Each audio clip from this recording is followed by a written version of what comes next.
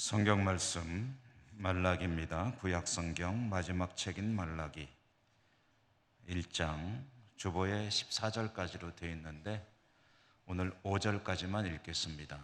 말라기 1장 1절에서 5절까지입니다.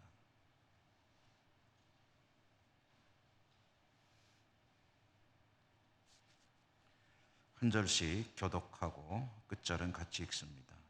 여호와께서 말라기를 통하여 이스라엘에게 말씀하신 경고라.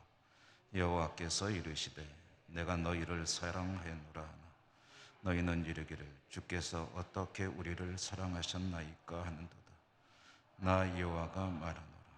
에서는 야곱의 형이 아니냐. 그러나 내가 야곱을 사랑하였고 에서는 미워하였으며 그의 산들을 황폐하게 하였고 그의 산업을 광야의 이리들에게 넘겼느니라. 에돔은 말하기를 우리가 무너뜨림을 당하였으나 황폐된 곳을 다시 쌓으리라 하거니와 나 만군의 여호와는 이르노라. 그들은 쌓을지라도 나는 헐리라. 사람들이 그들을 일컬어 악한 지역이라 할 것이요 여호와의 영원한 진노를 받은 백성이라 할 것이며 너희는 눈으로 보고 이르기를 여호와께서는 이스라엘 지역 밖에서도 크시다 하리라. 아멘. 말씀의 은혜가 여러분과 함께 하시기를 기원합니다. 우리가 이제 수요일 날 쭉 읽어보던 책들이 창세기로부터 시작해서 구약 성경의 마지막 책인 말라기까지 왔습니다. 시편, 잠언, 욥기 이런 책들은 읽지 않았고 주로 역사의 흐름을 따라서 읽어왔는데 이제 말라기는 이스라엘의 구약의 역사를 어쩌면은 종결짓는 그런 책이라고 볼 수 있겠고요. 오늘부터 한 6, 7회 정도 말라기 말씀을 나누어서 읽겠습니다. 한두 번 정도 더 늘어날 수도 있고 줄어들 수도 있겠는데요. 이 말씀으로 이제 구약 성경을 매듭을 짓고 이제 다음 수요 이어지는 수요 예배 때는 이제 성경을 또 신약 성경으로 넘어가서 역사의 흐름을 따라 쭉 읽어가는 형태로 말씀을 우리가 함께 보도록 하겠습니다.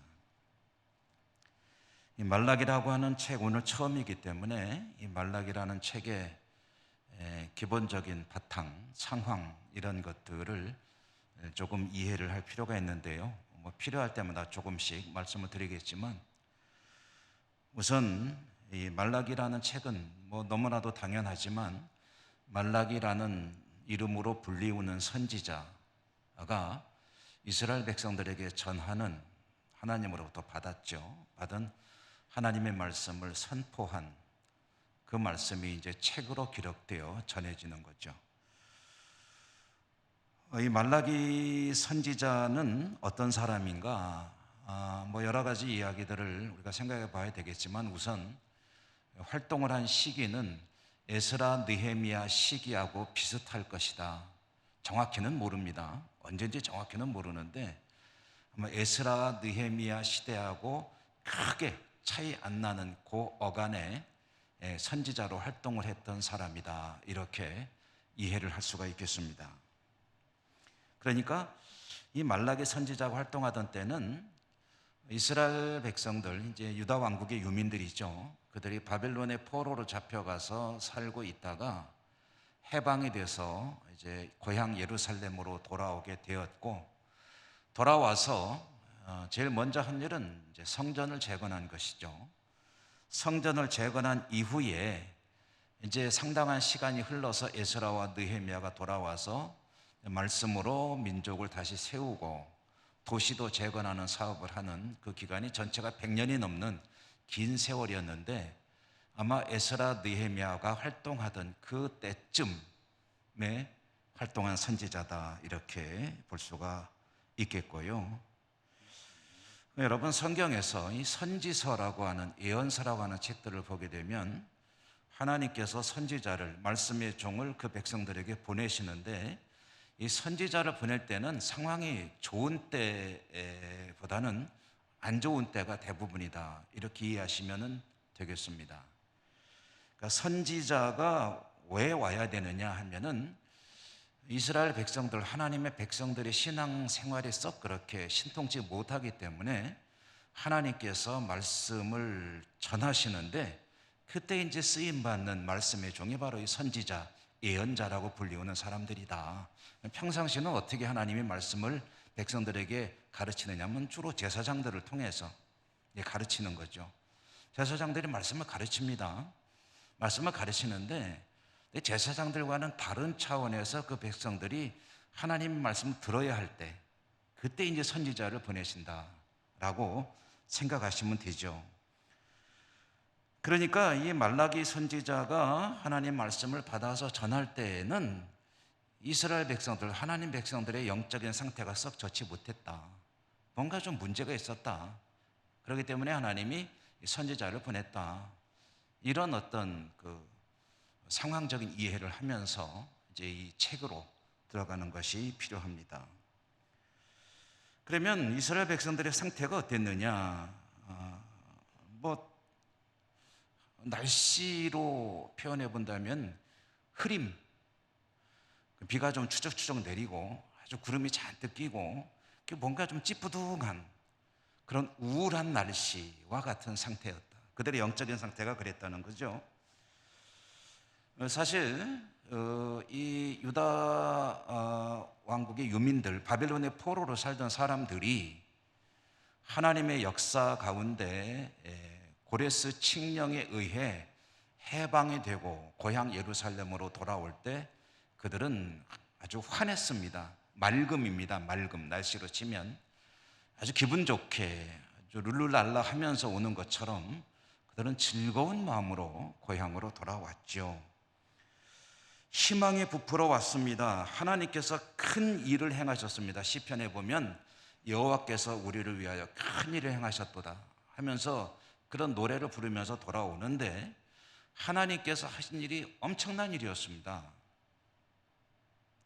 물론 선지자들을 통해서 너희가 거기에 잡혀가서 살겠지만 70년이 지나면 다시 돌아오리라 라는 말씀을 받았지만 그 말씀을 액면 그대로 믿는 사람들은 여러분 어땠을까요? 많았을까요? 정확히 통계를 낼 수는 없겠지만 제 생각에는 그 말씀을 철석같이 믿는 사람은 아마 별로 없었을 것 같아요. 왜 그러냐? 그들이 살고 있는 곳 바벨론 그리고 그 뒤를 이은 페르시아, 이 나라를 보면은 이 어마어마한 나라거든요. 역사적으로 본다면 세계적인 대제국들 아닙니까? 그리고 그 군사력이라든가 국력 이런 것들은 자신들의 족인 유다 왕국이나 이스라엘의 전성기 때랑 비교해도 이 게임이 안 됩니다. 어마어마한 나라예요. 그런 어마어마한 나라의 소나기에 잡혀 포로로 살고 있는 자신들이 이 소나기를 벗어나서 고향으로 돌아간다? 이것은 도저히 눈으로 봐서는, 상식적으로 생각해서는, 이성적으로는 있을 수 없는 일입니다. 일어날 수 없는 일이죠. 기대할 수도 없죠. 비록 선지자들을 통해서 하나님께서 약속의 말씀으로 주셨고 그들은 들었고 그 말씀을 받았지만 그러나 그 말씀이 이루어지리라고 기대한 사람은 제가 세본 건 아니지만요 얼마 안 됐을 거예요. 있더라도. 그런데 그 일이 실제로 일어난 겁니다. 그러니 그들의 마음에 어떠한 격동과 그리고 기쁨, 즐거움, 행복하죠. 하나님께서 대사를 이루셨다. 그러니 이제 고향으로 돌아오면은 그들의 앞날이 어떻게 될 것이냐, 어떻게 기대하겠습니까? 만약에 여러분이 포로에서 돌아오는 그 백성 중에 한 사람이라고 한다면 어떤 기대를 가지고 돌아올 것 같습니까? 꿈에 부풀어 있겠죠. 희망에 넘치겠죠. 이제 저 어마어마한 소나기에서 우리를 풀어주신 하나님께서 우리의 삶을 축복하실 것이고 우리는 영광스러운 조국을 재건하게 될 것이고 모든 것이 그야말로 요즘 말로 꽃길만 걷는 그런 삶이 될 것이라고 희망에 부풀어서 돌아온 그들, 이제 하나님의 축복과 은총 가운데 우리는 놀라운 번영의 삶을 살 것이다 라고 기대하고 돌아왔는데 현실은 어땠느냐? 그렇게 꿈꾸듯이 돌아온 그들의 앞에 벌어진 삶은 그야말로 눈물로 씨를 뿌리는 삶이었습니다. 눈물을 흘리며 씨를 뿌리는 삶이 될 수밖에 없었어요. 그들의 삶은 평탄하지 않았습니다. 형통하지도 않았습니다. 모든 것이 정말 힘겹기 짝이 없었습니다. 우선 피부로 와닿는 것은 먹고 살기 힘든 거예요. 그게 제일 먼저 부딪히는 문제잖아요. 경제적인 궁핍, 그것이 피부에 와닿습니다. 생존 자체가 힘겨운 그런 혹독한 경제적 빈곤을 겪어야 했습니다. 돌아와 보니까 생계를 유지할 수단이 그렇게 만만치 않은 거예요. 뭐 일터가 준비되어 있는 것도 아니고 토지가 또 있어가지고 뭐 농사를 지을 수 있는 것도 아니고 집이 있는 것도 아니고 가지고 온 돈이 뭐 얼마나 되겠습니까? 돌아와서 제일 먼저 한 일이 성전을 재건하는 일. 처음에는 자기들 우선 이제 삶의 터전을 급한 대로 마련하고 성전을 재건하는 일에 착수했는데, 자 여러분, 여기에서 이제 또 하나 우리가 생각해 보죠. 우리 에스라 느헤미야 쭉 읽으면서 보았던 말씀이긴 하지만, 다른 건 몰라도 이 성전을 재건하겠다고 하면은 하나님이 그 일은 어떻게 하셔야 됩니까? 형통하게 하셔야 되죠. 다른 것도 아니고 성전을 재건하는 일 술술 풀려야 될 것 같은데, 그런데 성전 재건이라는 이 위대한 역사도 그렇게 순조롭지가 못했습니다. 20년 걸렸어요. 주변 민족들의 반대가 거셌고 재원 조달도 어렵고 여러 가지 난관에 부딪히고, 그러다 보니 성전 재건 공사 중단하고, 여러분 다니다 보면은 건축하다가 수독된 부도난 건물들이 있잖아요. 얼마나 흉물스럽습니까? 주변 민족들이 우리가 돌아가면 반겨줄 것이다 라고 기대는 안 했을 거예요. 왜냐하면 원래부터 적들이니까. 블레셋이니 모압이니 암몬이니 그 외 아람이니 그 밑에 에돔이니 이런 나라들이 다 적국이에요. 적대적인 나라들, 민족입니다. 그러므로 반겨줄 것까지는 기대 안 했지만 이렇게 괴롭힐 줄은 몰랐죠. 성전 재건을 방해하고, 근데 아까도 말씀드렸지만 다른 것도 아니고 이 성전을 재건하겠다고 나섰으면 여기에 수반되는 문제들은 하나님이 좀 막아주셔야 되는 거 아니냐. 여러분 그렇지 않습니까? 다른 것도 아니고 내가 살 집 짓는 것도 아니고 사업할 빌딩 짓는 것도 아니고 하나님을 예배하고 하나님을 만나는 은혜의 장소 성전을 재건하는데 왜 그렇게 일이 어려운 거죠? 계속해서 난관에 봉착되게 되고, 결국 어렵게 성전을 재건하기는 했습니다. 그런데 재건해놓고 보니까 또 어땠습니까? 원로들이 재건된 성전을 보고 울어요. 통곡을 합니다. 왜요? 너무너무 초라해서.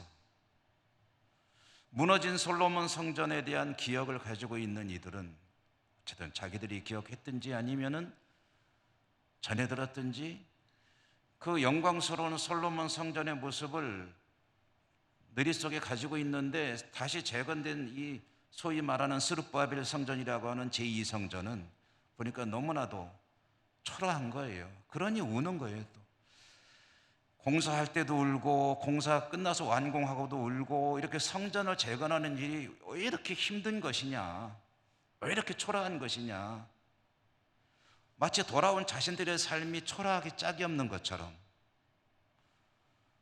하나님의 임재의 장소인 성전도 초라하기 짝이 없는 그 모습에 그들은 여전히 우울할 수밖에 없죠.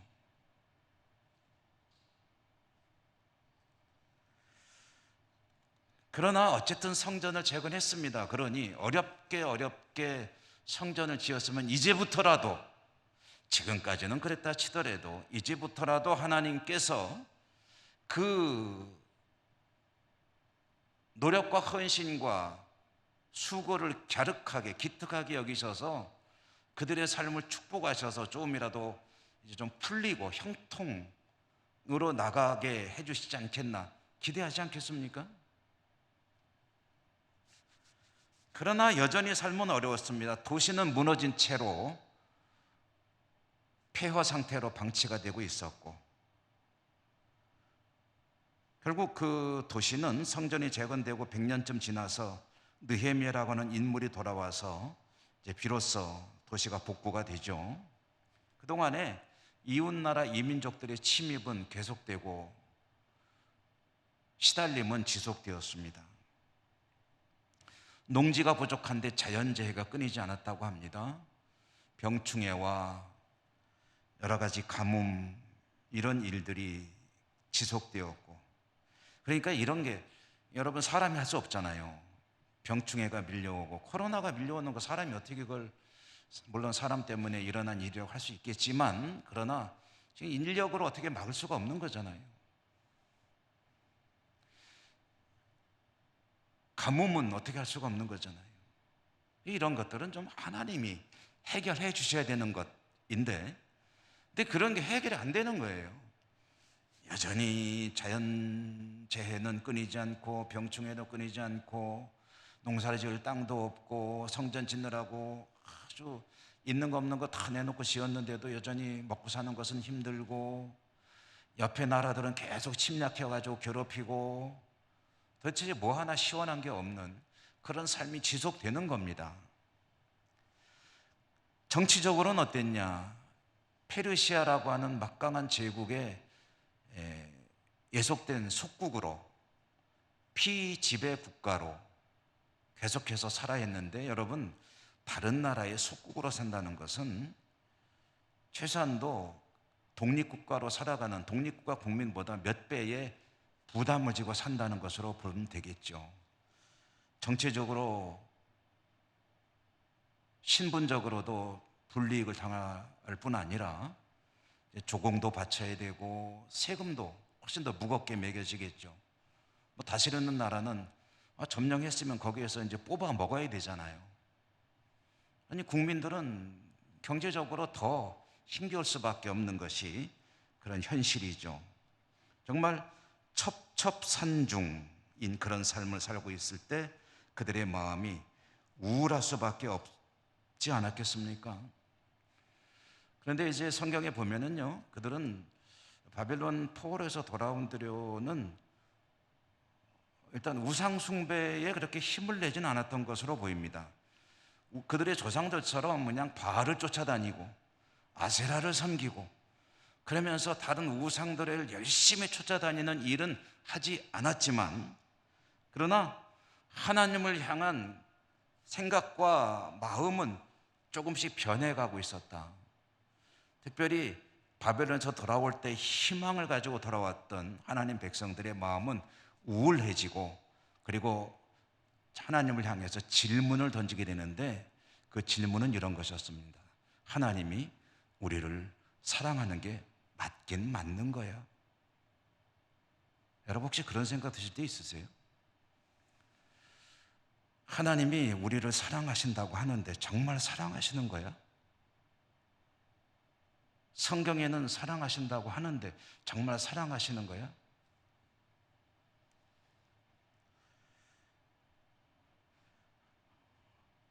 이스라엘 백성들이 하나님을 향해서 그런 의문을 제기하는 상황으로부터 이 말라기 이야기가 시작이 됩니다. 그러니까 하나님께서 그렇게 하나님이 정말 우리를 사랑한다고 하는데 그 말이 맞나? 그걸 속으로 생각만 하든지 아니면 의도적으로 밖으로 내어놓든지 간에 하나님을 향해 그런 의문을 제시하는 그 백성들을 향해서 하나님께서 말라기 선지자를 보내셔서 그들에게 하나님의 말씀을 전하게 하시는 거예요. 그런데 뭐라고 그랬어요? 첫 시작에 보니까 여호와께서 말라기를 통하여 이스라엘에게 말씀하신 경고라고 했습니다. 경고. 여러분, 경고라는 말이 언제 쓰는 말입니까?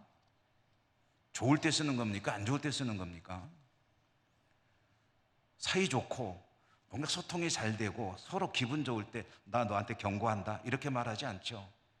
내가 너한테 할 말이 있는데 내 얘기 좀 들어봐 이렇게 얘기하지, 너 내 경고 좀 들어봐 이렇게 말하진 않죠. 경고라는 거는 어떤 분위기를 전하는 겁니까? 하나님이 아시는 거죠. 이 백성이 지금 하나님에 대해서 불만이 가득 차 있는 거예요. 그리고 사는 것이 너무 힘겹다 보니까 그랬겠지만 우울한 거예요. 하나님이 정말 우리를 사랑하신다고 말씀하셔서 그런가 보다 하고 알고는 있지만 그거 정말일까? 라고 의문을 제기하는 거예요. 그런 백성들을 향해서 하나님께서 말씀하시는 거죠. 말라기를 통해서 말씀하시는데, 내가 너희들에게 하는 경고 좀 잘 들어보아라. 이 말은 너희들이 지금 그렇게 생각하는 것, 가지고 있는 신앙, 가지고 있는 사고들, 그런 것들은 그대로 가져가면 안 된다는 이야기를 하시는 거죠. 지금 틀렸다라는 얘기를 하시는 거죠.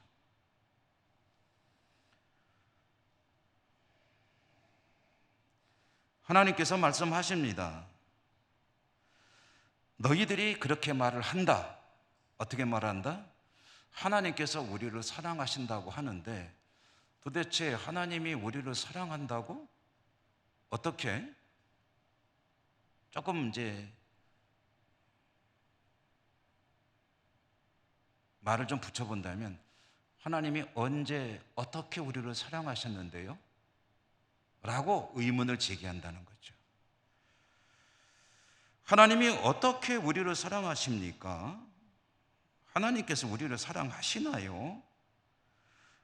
말씀은 하시는 거야 우리가 알고 있죠. 그러나 하나님이 우리를 사랑하신다고요? 이 말은 우리를 사랑하신다는 증거가 뭡니까? 도대체 뭘 보고 우리가 사랑한다는 걸 알 수 있습니까? 라는 그런 이야기를 하는 거죠. 이스라엘이 하나님께서 우리를 사랑하신다고 말씀하시는 것을 알고 있으면서도 우리를 사랑하신다고요? 라는 어조로 반문하는 것은 하나님의 사랑을 그들은 피부로 느끼지 못합니다. 인정할 만한 어떤 눈에 보이는 게 없는 거예요. 보이는 것마다 하나님 사랑이 아니라 하나님은 우리에게 무관심하시고 우리가 어떻게 되든 아무 관심 없으시고 팽개쳐 놔두시고 죽을 지경인데 그런데 우리를 도우시지도 않고 그런 하나님으로 이제 이야기를 하고 있는 거죠.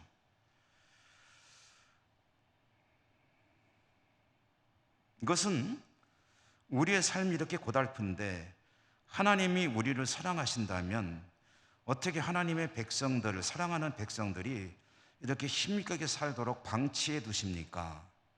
그건 아니지 않습니까? 라는 질문을 던지고 있는 것 아니겠습니까?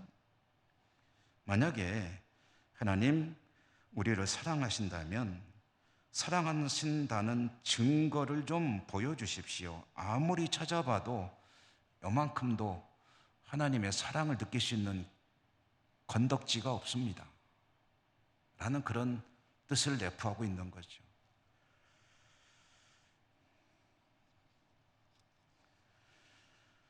하나님이 어떻게 우리를 사랑하시는데요? 라고 너희가 질문하는데 내가 대답해 주마 라고 하면서 말씀하시는 게, 여러분 하나님께서 이스라엘 백성들을 사랑하신다는 증거를 만약에 꼬집어서 이야기하신다고 하면 무슨 이야기를 하실 것 같습니까?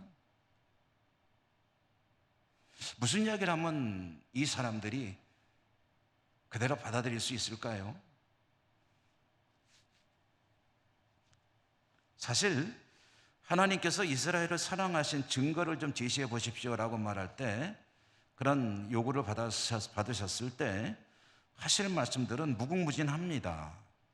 태초에 이 천지를 창조하신 하나님께서 인간들이 죄를 범하고 죄 가운데 있을 때에 인류 구원을 위해서 한 사람을 택하시죠. 그 택하신 사람이 누굽니까? 그들의 조상인 아브라함이었죠. 왜 아브라함이죠? 이유 없습니다. 그냥 선택하셨습니다. 아브라함이 무슨 탁월함이 있어서 선택한 거 아니고요. 그냥 선택하셨어요. 왜 수많은 민족들 가운데 이스라엘이었죠? 이스라엘이 뭔가 좀 뛰어난 점이 있나요? 힘이 있는 민족인가요? 아니면 머리가 좋은 민족인가요? 요즘 보니까 노벨상은 많이 탄다고 하는데 유대인들이, 그건 요새 얘기고, 세계 경제를 주물른다고 하는데 그것도 요즘 얘기고, 그 당시에 뭐가 있습니까? 오히려 하나님께서 말씀하시기를 너희가 가장 별 볼 일 없는 민족이다. 가장 작은 민족이고 가장 힘이 없는 민족이고 가장 볼 게 없는 민족이기 때문에 내가 너희들을 선택한다. 하나님의 주권입니다. 하나님이 하나님의 선하신 뜻대로 그냥 택하신 거예요. 아무것도 아닌 민족을 택하셔서 그들을 통해서 온 열방의 복을 받게 하시려는 그런 원대한 계획을 세우셨고 먼저 그들을 축복하셨죠. 아브라함을 통해서 그 후손으로 인하여 큰 민족을 이루겠다 하셨고 너는 다른 모든 이들에게 복이 될지라. 과거 개역 한글 성경으로는 복의 근원이 될 것이다. 여러분, 복 받는 거 좋지만 그 복을 나눠주는 사람이 가장 복된 사람 아닙니까? 나 때문에 다른 사람들이 전부 다 복을 받는다고 하면 그게 최고 복 받은 거잖아요.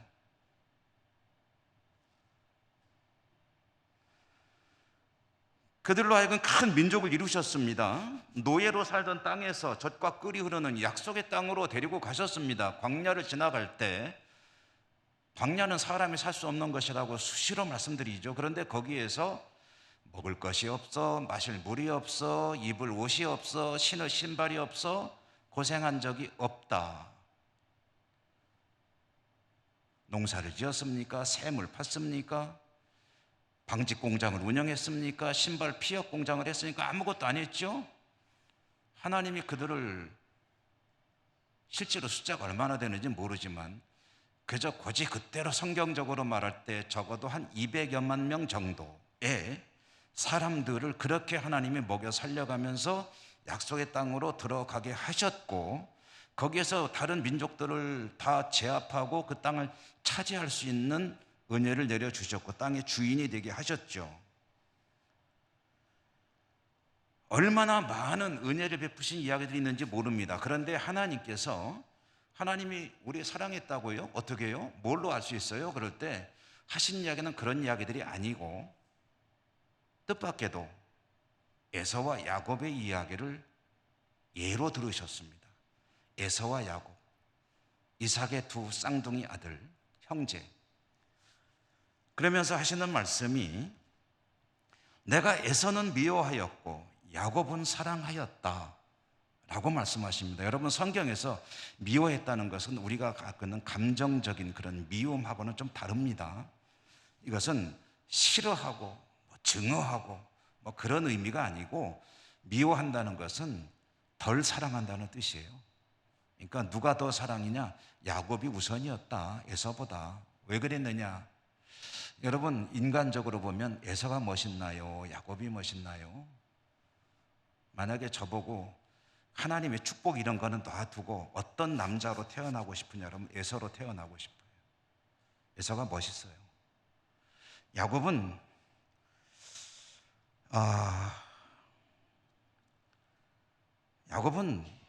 썩 그렇게 좀 좋지 못한 사람이었습니다.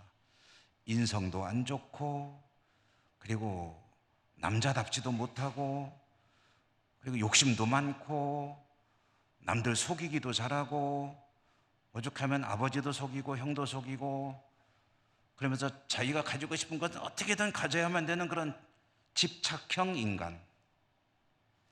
야비합니다. 사기꾼입니다. 믿음이나 좋았느냐? 믿음도 시원찮았습니다. 그런데 하나님께서 말씀하시기를 내가 야곱을 사랑하였고 에서를 미워하였다.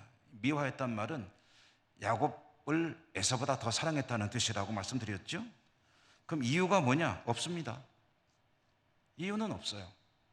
하나님이 그냥 사랑하셨어요. 사랑할 만한 구석이 있느냐? 없어요.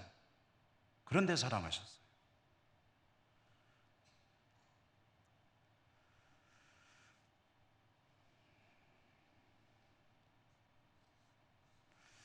이스라엘을 사랑하셨습니다. 왜 사랑하셨습니까? 그냥 사랑하셨습니다. 그들을 택하셨어요. 그리고 그들에게 멋있는 남자 에서보다 야곱을 내가 더 사랑한 그것이 너희들을 사랑하는 증거다라고 말씀하시는 거예요. 어떻게 사랑하셨는데요? 사랑했잖아. 뒤집어 이야기하면 이런 거죠. 여러분, 내가 좀 힘들면 사랑하지 않는 건가요? 내가 좀 가난하면 사랑하지 않는 건가요? 좀 건강하지 못하면 하나님 사랑하지 않는 증거일까요? 좀 시련과 어떤 어려움들이 있다면 그것이 하나님이 사랑하지 않는 증거. 뒤집어 말해볼까요? 아무 문제 없이 평탄한 인생을 살아가면 그게 하나님의 사랑의 증거일까요? 부자로 살면 그게 하나님의 사랑의 증거일까요? 그런 게 아니잖아요. 하나님이 택하셔서 내 백성 삼으신 그것이 결정적인 사랑의 증거 아닙니까?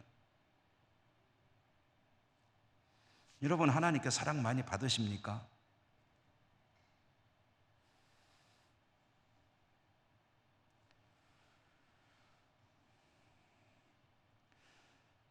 언제 어떻게 우리를 사랑하시는데요? 지금까지 내가 사랑해 왔고 사랑하고 있지 않느냐? 지금도 사랑하고 있지 않느냐? 왜?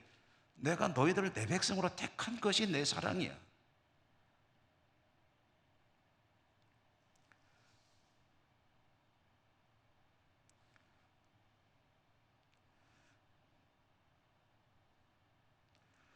여러분, 하나님께서 우리들을 왜 택하셨을까요? 인성이 좋아서, 생긴 게 잘나서, 돈이 많아서, 믿음이 좋아서, 택하면 잘 믿을 것 같아서, 아니면은 성실해서 열심히 사니까 도대체 왜 선택하셨을까요?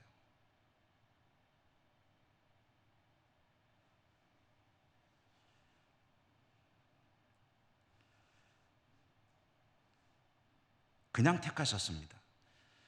그런 전제가 있어서 택하신 것이 아니고 사랑하시기 때문에 택하셨습니다. 그냥 사랑하셨습니다. 그리고 그 사랑을 입증하셨죠. 어떻게 해요?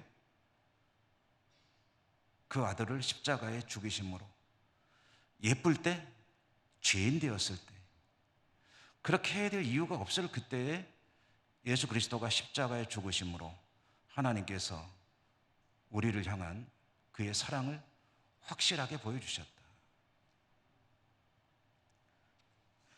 여러분, 자기 아들을 죽이시는 것보다 더 확실한 사랑의 증거가 있을까요? 왜요? 그냥 사랑하시니까. 사랑하시니까 그 사랑을 보여주신 거죠. 때로는 삶이 어려울 수 있습니다. 어려운 시기를 살아갈 수 있고 가난할 수 있습니다. 부자일 때도 있죠. 건강할 때 있습니다. 질병으로 연약할 때도 있습니다. 삶은 다양한 굴곡을 겪으며 살아가는 것이 우리 인생입니다. 그런데 항상 좋은 상황으로만 가야 하나님을 사랑하는 것이고 어려운 터널을 지나갈 때는 사랑하지 않는 건가요?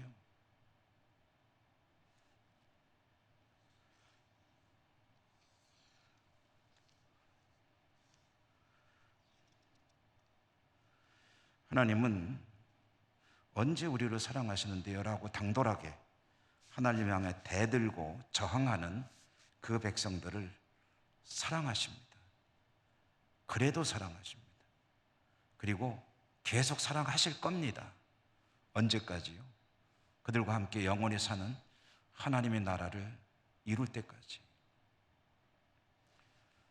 저도 여러분도 하나님께서 사랑하십니다. 앞으로도 사랑하실 겁니다. 언제까지요? 내가 좀 못되게 굴어도 하나님은 사랑하십니다. 이탈해서 딴 데 가서 끼웃거려도 하나님은 사랑하십니다. 그리고 구원하기 위해 하나님은 최선을 다하십니다. 물론 끝까지 내가 이탈하겠다고 그러면은 어떤 일이 벌어질지 모르죠.